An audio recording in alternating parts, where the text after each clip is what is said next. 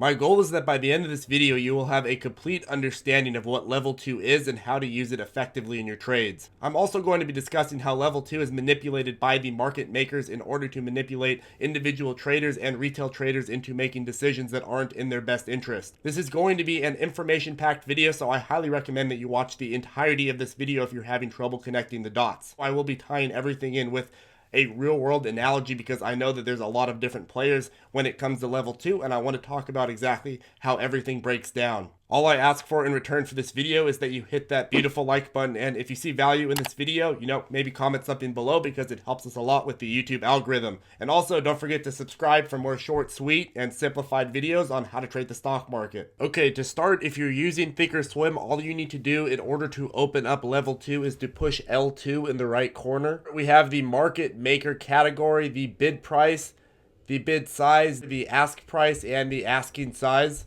So level 2 is made up of market makers who provide the liquidity that allows us as traders to trade within the market. Since they are required to buy when nobody else is buying and sell when nobody else is selling, they essentially make the market, and hence the name market maker. Every stock has a top dog market maker, which traders refer to as the axe of market makers. The reason it's important to identify the axe is because these are the market makers that dominate the price action and typically result in a higher probability of success within the market. On the left, we have where people are buying, and on the right, we have where people are selling. So from our perspective, if I'm buying a stock on a limit order, meaning I'm specifying a price that I'm willing to pay for a share and telling the broker not to execute unless it's at that price, that means I'm bidding a certain amount to buy a stock, and that would put me in the left category on the buyer side. So the buyer side is a list of those who have bid a certain amount but haven't yet been filled by a seller. The seller side shows the price at which the seller is willing to sell their shares to a buyer.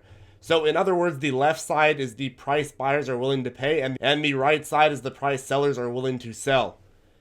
And when you place a market order, you get executed at whatever level price the market price is at. Now the reason that level 2 can be useful is because if there are a large amount of buyers, that means that the price will spike up, and if there are a large amount of sellers, that means the price will spike down. But it's not as black and white as traders often make it out to be.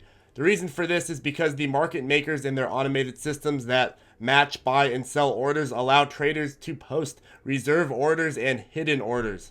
Now, reserve orders allow for the hiding of the size of an order, but you'll still see the order on level 2. It's just that the order will be displayed much lower than it actually is. For example, an order of 500 shares may say 100, and that could totally spoof the price. The way they do this is by placing an order at a much smaller position size and then filling at a much higher one. And they know that if you can't see the real size, you won't have as accurate of an image of what's actually going on behind the scenes, and that could stop you and other traders from executing and driving the price. Moreover, market movers also execute hidden orders, which make their executions completely invisible to level 2. Now, this makes sense. It makes sense that large institutions and traders would want to hide their positions in order to avoid influencing the stock price. If you see them place a large amount of buy orders, then you know there is a certain level of price strength about to occur, and others would as well, and that would mean that the institution would be buying into a much faster increasing price.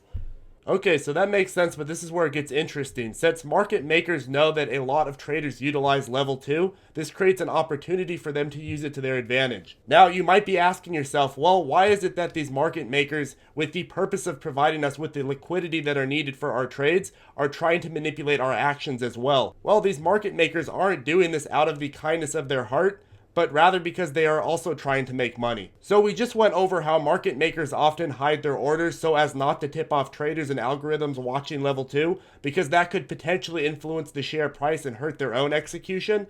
But they also have ways to actually manipulate level 2 in order to convince you, the trader, to buy or sell a share to their own benefit without you even knowing. They do this by flashing huge bids that are not real but are flashed in order to drive the price up, because a lot of traders will see them and assume that the bid price is rapidly increasing and that they can make a profit. Likewise, you may see short sellers flash huge sell orders in order to move the price down. Now, these orders don't mean that the buy or sell order is actually going to go through, but it does serve to boost the price in a direction that the market maker wants it to go. Thus, it's important to watch for this spoofing on level 2. So this is pretty intuitive, but I want to give you an analogy that you can remember. So say you're in an auction and you're selling a bunch of limited edition replica paintings that everybody in the room wants to buy, but each have a different price that they are willing to buy at. If you're the only seller in a room full of buyers and you're aware that everyone else in that room wants to buy that painting, you're going to feel a lot more confident about your ability to sell it and will reject low prices in favor of the higher ones. Now, this naturally pushes the price up. Now, on level 2, when a bunch of people are buying a stock, this creates a wall of buyers, which will create price strength for a trader to buy into. But the problem is that as you buy and other people buy in, the shares are getting more and more expensive. Eventually, there's a point where people who have recently bought the shares are like, whoa, this price has gotten so high that now I am willing to sell. With supply and demand, you have to understand that while people have all different levels of dedication in holding a stock, there's a price point at which everybody is willing to sell, and as a stock price goes up, this triggers more and more people to sell.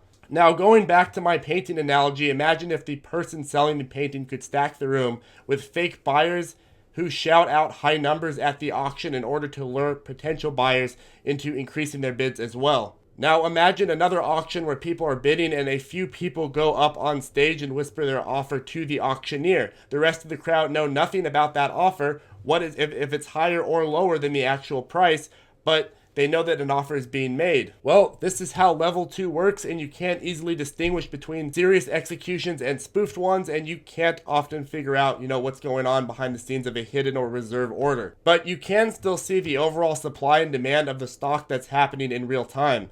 The demand that the stock is experiencing is in the left column and the supply is in the right column. If we see more demand overall, the price shoots up. If we see more supply overall, the price shoots down. Likewise, the reverse is also true. So knowing this can give you an edge in trading. In conclusion, level 2 offers you an opportunity to get an in-depth view of the liquidity within the market for the stock that you are trading. It's not completely necessary to use, but it's good to have this in your toolbox, and there are many opportunities where it could be hugely beneficial for you to use this.